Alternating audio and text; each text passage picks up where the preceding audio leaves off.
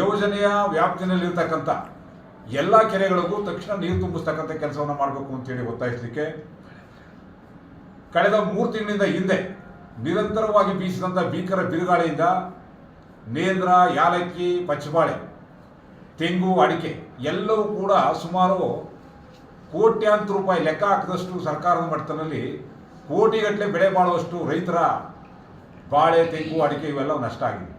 ಇವಕ್ಕೆ ಒಂದು ಜಿಲ್ಲೆಗೆ ಒಂದು ವಿಶೇಷ ಪ್ಯಾಕೇಜನ್ನು ಘೋಷಣೆ ಮಾಡಿ ರೈತರಿಗೆ ಬೆಳೆ ನಷ್ಟವನ್ನು ಕೊಡಬೇಕು ಅಂತೇಳಿ ಹೋರಾಟ ಮಾಡ್ತಾ ಇದ್ದೇವೆ. ಮತ್ತು ರೈತರ ಕಾಡು ಪ್ರಾಣಿಗಳ ಹಾವಳಿ, ಹುಲಿ, ಸಿಂಹ, ಆನೆ, ಜಿಂಕೆ, ಕಡವೆ, ನಿಮ್ಮ ಜಿಂಕೆಗಳು ಮತ್ತು ನವಿಲು, ಮುಳ್ಳಂದಿ, ಕಾಡಂದಿ ಏನಿದೆ, ಮಂಗ, ಇವೆಲ್ಲವರಿಂದಲೂ ಕೂಡ ಸಾಕಷ್ಟು ರೈತರಿಗೆ ಕೋಟಿಗಟ್ಟಲೆ ರೂಪಾಯಿನಲ್ಲಿ ನಷ್ಟ ಆಗ್ತಾ ಇದೆ. ಇವತ್ತು ಸರ್ಕಾರ ಹೇಳ್ತಾ ಇದೆ ಕಾಡು ಪ್ರಾಣಿಗಳನ್ನು ರಕ್ಷಣೆ ಮಾಡಲಿಕ್ಕೆ ನಾವು ಕಾಡನ್ನು ರಿಸರ್ವೇಷನ್ ಮಾಡಿಟ್ಟಿದ್ವಿ ಅಂತೇಳಿ. ಕೃಷಿ ಮಾಡಲಿಕ್ಕೆ ರೈತರಿಗೆ ರಿಸರ್ವೇಷನ್ ಇಲ್ವಾ?